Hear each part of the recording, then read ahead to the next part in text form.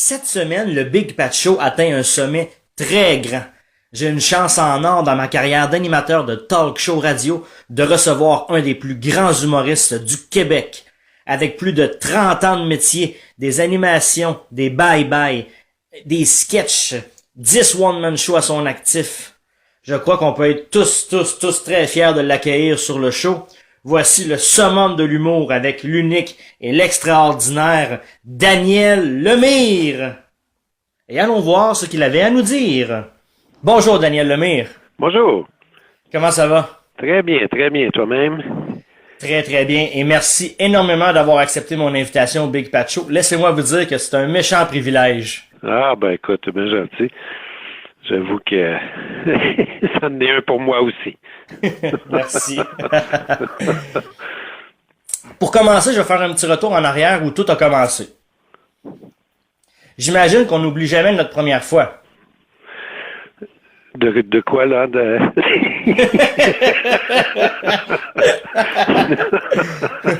Oui, voilà. C'était avec Ginette.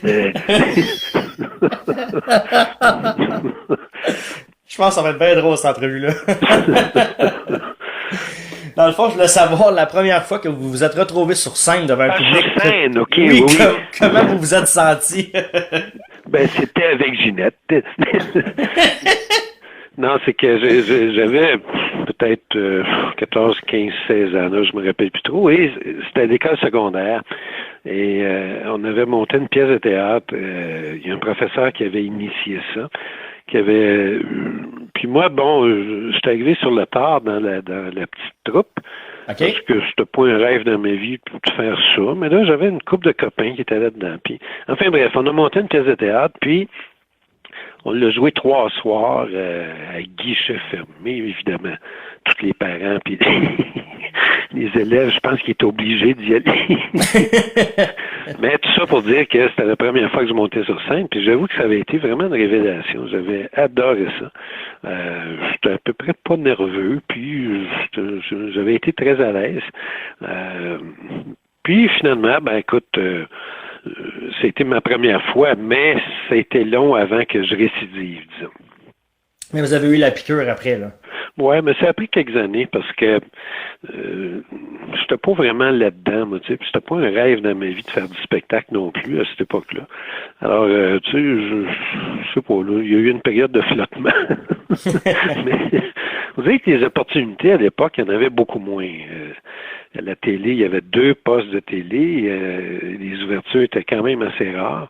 Moi, je venais d'une petite ville. Alors, le show business, là, c'était assez loin de moi. Tu sais. Okay. Mais quelques années plus tard, on a acheté une ancienne école de village en groupe. Ça allait être big comme ça, mais c'était vraiment quelque chose qui était en train de tomber à terre. Okay. On est loin de la place des arts. Là.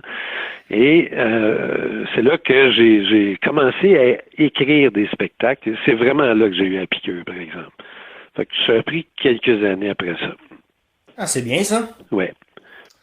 Au cours de votre carrière, vous avez créé plusieurs personnages. Mm-hmm. Moi, j'aimerais ça savoir, c'est lequel votre préféré? Ben, c'est dur à dire parce que tu sais, chaque personnage que je fais, je les aime beaucoup. Sans ça, je les ferais pas. Effectivement. Quelque part.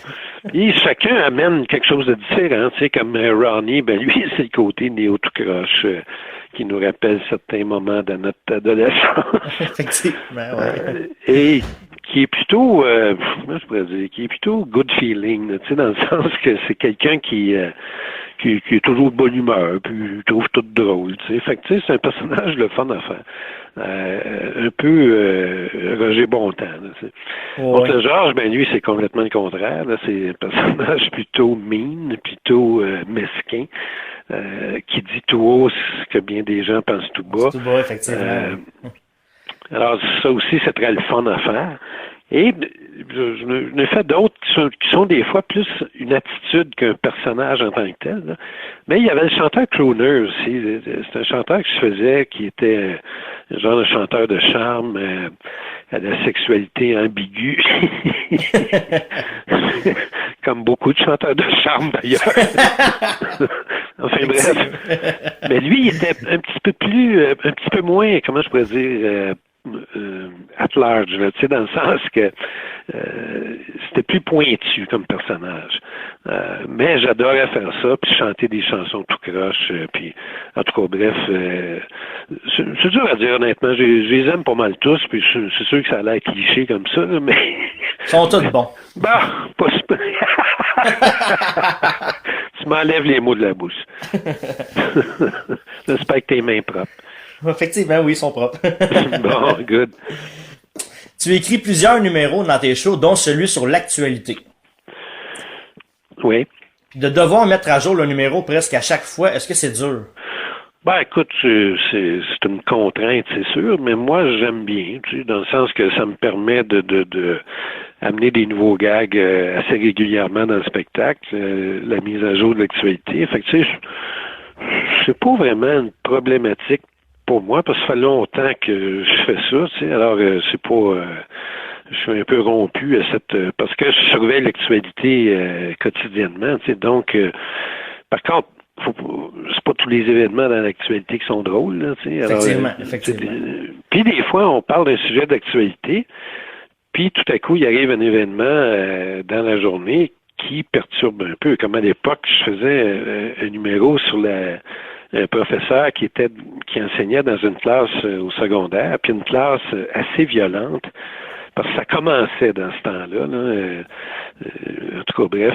Et il est arrivé la tuerie à la Polytechnique dans la journée. Alors, le soir, le spectacle, là, c'était plus laborieux un peu, là, tu sais. Alors, ça dépend. On est un peu à la merci de ça quand on touche à l'actualité. Par contre, la plupart du temps, c'est plus payant que d'autres choses, là. C'est comme cette semaine, écoute, il est arrivé tellement de choses. Moi, j'ai un spectacle à Shawinigan samedi, alors c'est sûr qu'il va y avoir beaucoup de gags sur Samamad, des papiers de Panama. Et le pire, je sais pas si tu as vu ça, mais il y a Jean Charest qui a donné une conférence sur l'éthique. Oui. Aïe, aïe. Vraiment, à sa place, je me serais gardé une petite gêne, me semble.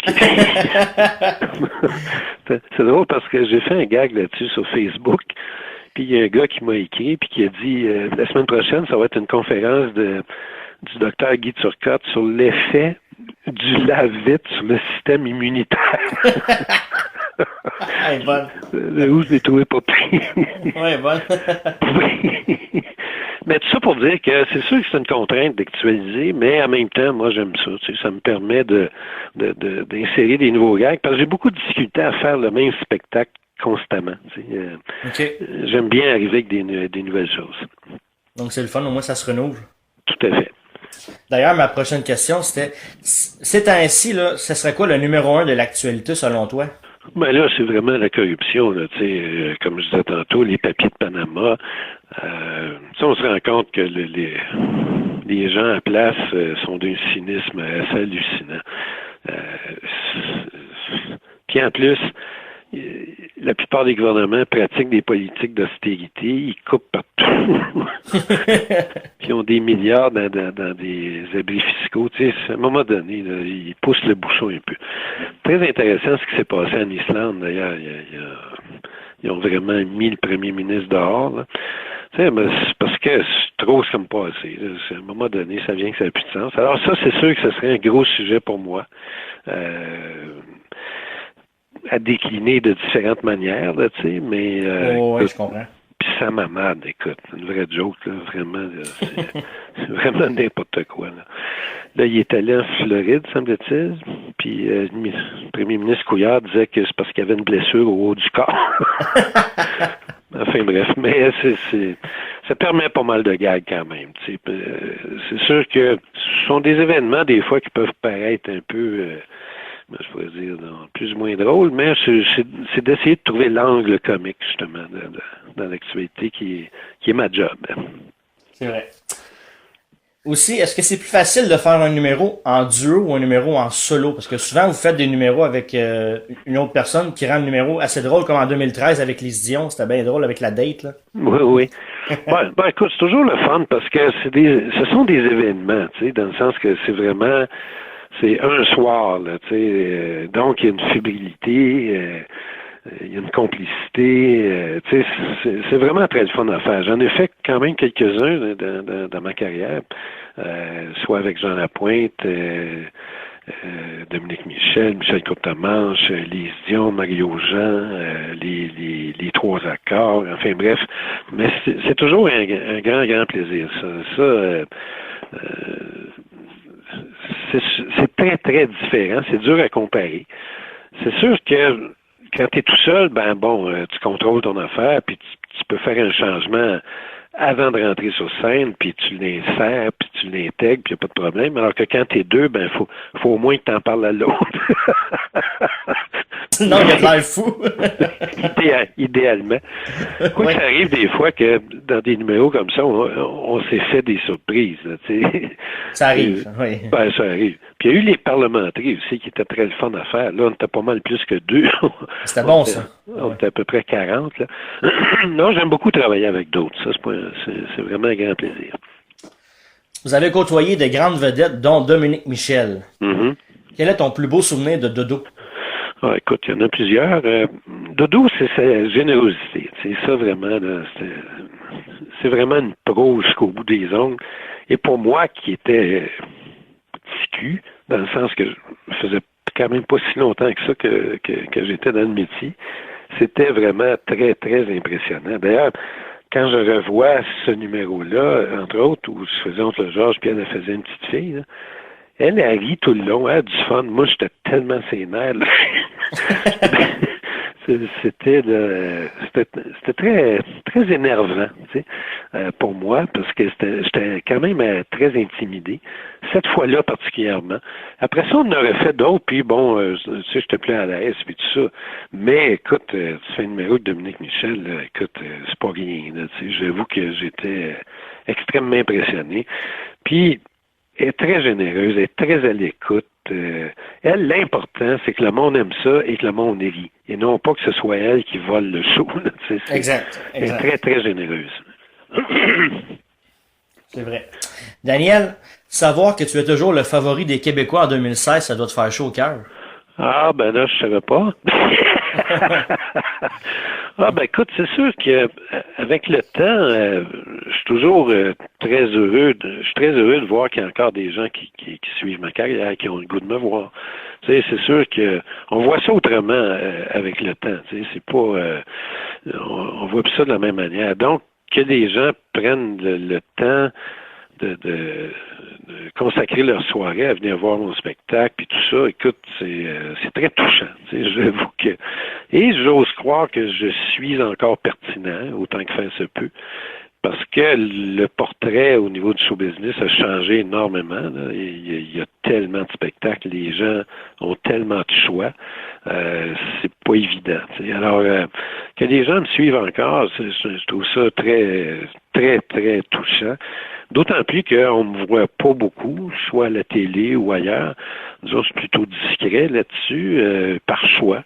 Alors, c'est sûr que c'est pas toujours évident à ce niveau-là, mais le show, c'est plein partout. Le monde aime ça. Fait que, tu sais, écoute, je suis très mal placé pour me plaindre. Je suis vraiment très, très choyé. Oui, le Big Pacho est choyé de vous avoir aujourd'hui. Ah, ben écoute, t'es gentil. Merci beaucoup. 3 petites questions comiques en rafale pour terminer. OK. Selon Ronnie, pour ou contre la cigarette électronique? Ben là, ça dépend qu'est-ce que tu mets dedans. Pas mal là que ça se passe. Ceci dit, moi, je suis pour, par exemple. Parfait. Selon Oncle Georges, le plus beau compliment que vous avez reçu? Ah, Seigneur, j'en ai reçu tellement. Je sais pas trop par où commencer, là. On me dit souvent que j'ai une belle couleur de cheveux. Ça revient beaucoup et ça me touche beaucoup aussi. Selon Yvon Travailler, Le salaire minimum devrait-il augmenter? Et moi, personnellement, je trouve qu'il devrait augmenter à 20 $ de l'heure, mais 10 heures par semaine. Daniel Lemay, merci infiniment d'avoir accepté mon invitation. Ce fut tout un honneur. C'est vraiment gentil. Ben, écoute, c'est un plaisir. Et longue vie à ton émission. Tous les dates de spectacle pour ton 10e One Man Show seront sur la page Facebook du Big Pat Show après l'émission. Excellent. Selon un de vos personnages, je lui laisse le mot de la fin. Le mot de la fin, c'est pas évident, ça. Je pensais que c'était le mot du début.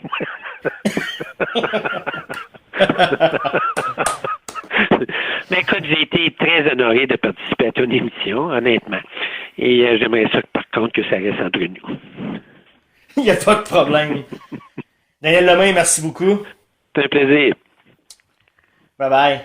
À bientôt. Bye bye. Chat Radio.